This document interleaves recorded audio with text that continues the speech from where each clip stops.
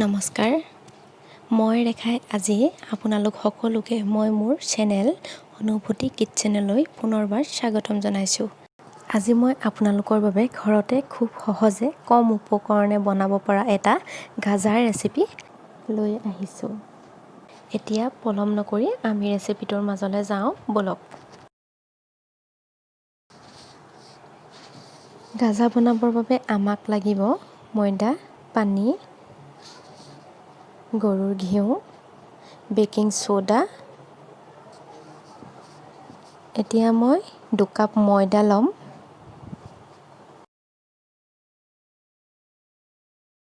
প্ৰথমে এতিয়া গাজাৰ বাবে মই ডোটো বনাই ল'ম আৰু এতিয়া 2 চামুচ গৰুৰ ঘিউ ল'ম।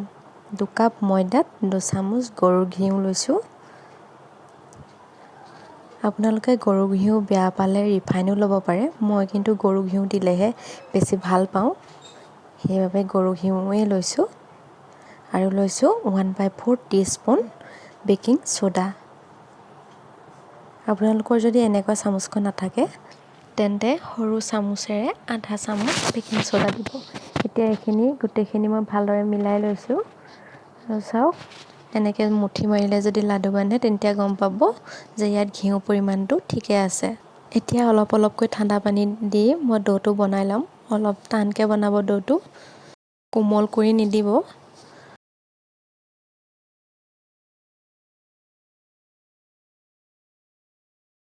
মোৰ ডোটো বনাই হৈ গ'ল। এতিয়া এখন প্লেটেৰে ডোটোক মই প্ৰায় 15-20 মিনিট সময়ৰ বাবে ঢাকি থৈ দিম। 15 মিনিটমান পাছত মই ডোটো উলিয়াই লৈছোঁ।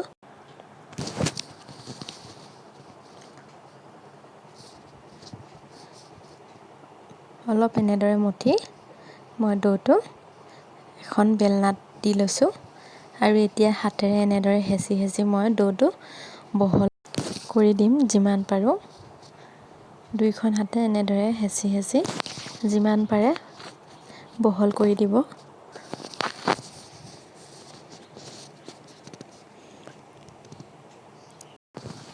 এনেদৰে মই গোল কৰি ৰুটি নিচিনা কৰি লৈছোঁ আৰু এতিয়া এই ৰুটিখন মই মাজতে দুভাগ কৰিম।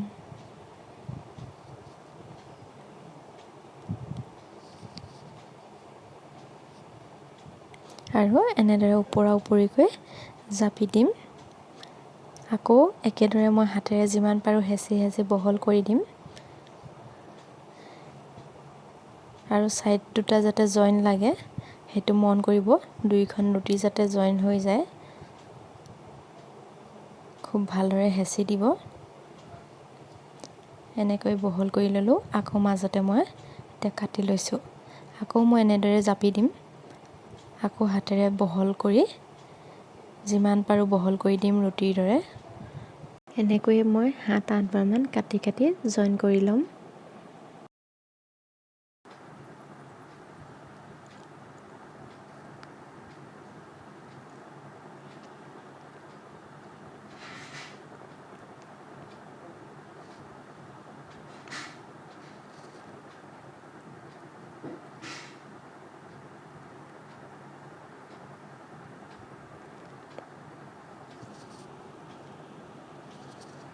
কটা ছাইডটো আপোনালোকক মই অলপ ওচৰৰ পৰা দেখাই দিছোঁ, কেনেকুৱা হৈছে দেখিবলৈ মন কৰিব। বাট বাট নিচিনা হৈছে, দেখিছে নহয়? এনেকুৱা হ'লে গম পাব যে গাজাৰ কাৰণে আপোনালোকৰ ডোটো উপযুক্ত হৈছে।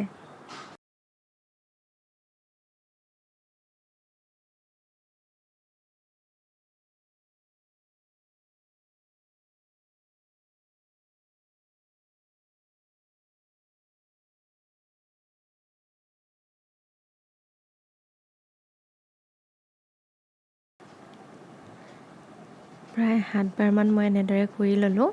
এতিয়া মই লাষ্ট বাৰৰ বাবে ডোটোক ভালদৰে এটা নিৰ্দিষ্ট জোখত বনাই ল'ম।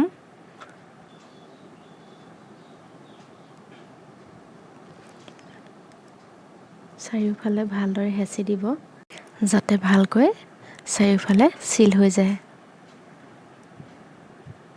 এতিয়া মই এইটো আকৃতিত বনাই লৈছোঁ।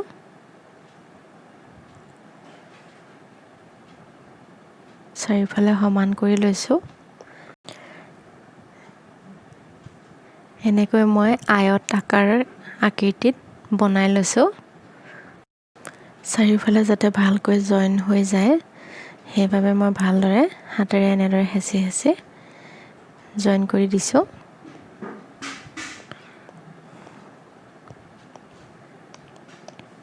এয়া ৰেডি হৈ গ'ল।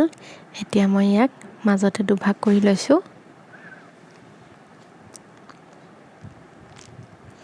আৰু এনেকৈ গাজাৰ আকৃতিত কাটি ল'ম। পিচকেইটা বহুত বেছি ডাঙৰ নকৰিব, ভাজোতে ইয়াৰ প্ৰায় দুগুণ হৈ যাব আৰু বহুত বেছি ডাঙৰ হ'লেও খাবলৈ ভাল নাপাব পাৰে, বেছি মিঠা খাই ভাল নোপোৱাসকলে।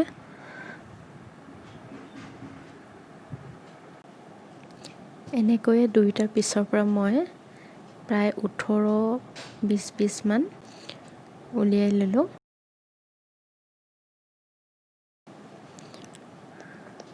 আৰু পিচকেইটা মই বাউলটোত লৈ লৈছোঁ। চাইজকেইটা চাওক, বহুত বেছি ডাঙৰ কৰা নাই, ওচৰৰ পৰা দেখাই দিছোঁ।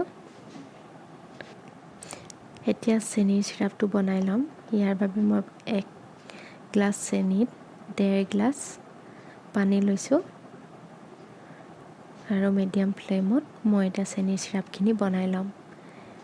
চেনিখিনি অলপ লৰাই দিছোঁ।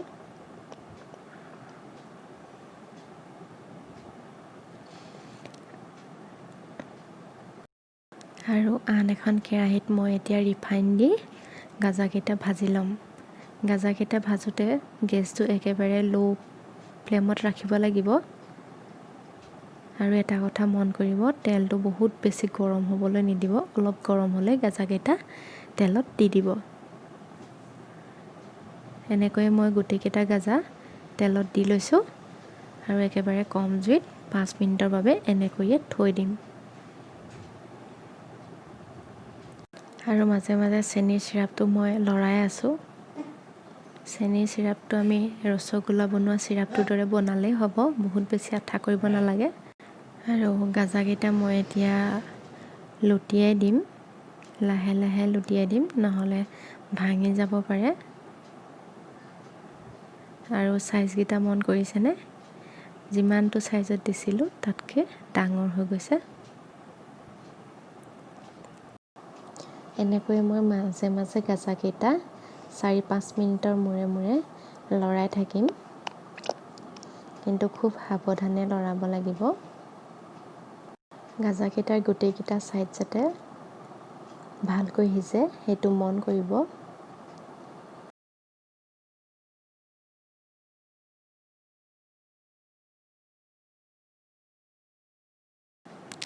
এনেকৈয়ে মই গাজাকেইটা কালাৰটো অহালৈকে ভাজি থাকিম।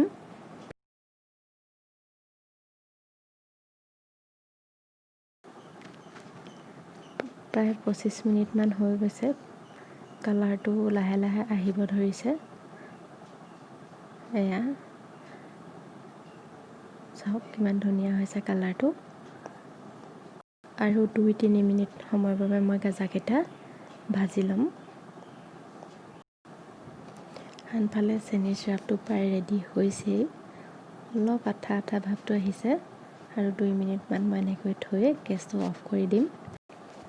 চেনিৰ চিৰাপটো ৰেডি হৈ গ'ল। এতিয়া গেছটো অফ কৰি দিলোঁ আৰু গাজাকেইটাও সম্পূৰ্ণ হৈ গৈছে সিজা। এতিয়া গেছটো অফ কৰি মই গাজাকেইটা এখন হেতাৰে তুলি ল'ম আৰু এনেকৈ তুলি মই গৰমে গৰমে চেনিৰ চিৰাপত দি দিম। চেনিৰ চিৰাপখিনি অলপ ঠাণ্ডা হ'লেও একো নাই, কিন্তু গাজাকেইটা গৰমে গৰমে তেলৰ পৰা উঠায়ে আপোনালোকে চেনিৰ চিৰাপত দিব। এনেকৈ মই গোটেইকেইটা গাজা চেনিৰ চিৰাপত দি ল'লোঁ। হেতাখনে অলপ লাহে লাহে লৰাই দিব। চেনিৰ চিৰাপত দিওঁতে গাজাকেইটা অলপ কোমল হয়, সেইবাবে লাহে লাহে লুটিয়াই দিব আৰু চেনিৰ চিৰাপত প্ৰায় 1 মিনিটমান সময়হে ৰাখি থ'ব। নহ'লে এনেদৰে হেতাৰেও চেনি চিৰাপখিনি গাজাকেইটাৰ ওপৰত দি দিব পাৰে। তেতিয়া ভিতৰলৈকে চিৰাপখিনি সোমাই যাব। কিন্তু 1 মিনিট বা 1.5 মিনিটতকৈ বেছি সময় চেনি চিৰাপত ৰাখি নথ'ব। সেয়া মই গাজাখিনি এতিয়া চেনি চিৰাপৰ পৰা টুকি ল'লোঁ। দেখিবলৈ কিমান ধুনীয়া হৈছে চাওক। প্ৰথমে অলপ কোমল যেন হয়, কিন্তু যেতিয়া গাজাকেইটা ঠাণ্ডা হ'ব তেতিয়া বাহিৰটো মচমচীয়া হয় আৰু ভিতৰলৈকে চেনি চিৰাপখিনি খুব ধুনীয়াকৈ সোমাই যায়। আপোনালোকক এটা মই ওচৰৰ পৰা ভাঙি দেখাম। ভিতৰটো মন কৰিব, চাওক কিমান ধুনীয়াকৈ চেনি চিৰাপখিনি সোমাই গৈছে। এনেকৈ ঘৰতে আপোনালোকে খুব সহজে কম সময়তে গাজা বনাই খাব পাৰিব। যদি আপোনালোকৰ মোৰ এই ভিডিঅ'টো ভাল লাগিলে তেন্তে প্লিজ লাইক কৰিব, কমেণ্ট কৰিব, শ্বেয়াৰ কৰিব, লগতে মোৰ চেনেলটো ছাবস্ক্ৰাইব কৰি দিব। আৰু যিখিনি চেনি চিৰাপ থাকি গৈছিল সেইখিনিও মই ঠাণ্ডা হ'লত এনেদৰে বটল এটাত ভৰাই থৈছোঁ, পিছত আকৌ ব্যৱহাৰ কৰিব পাৰিম। আজি মোৰ এই ভিডিঅ'টো আপোনালোকে কেনেকুৱা পালে প্লিজ মোক কমেণ্ট বক্সত জনাব। ধন্যবাদ।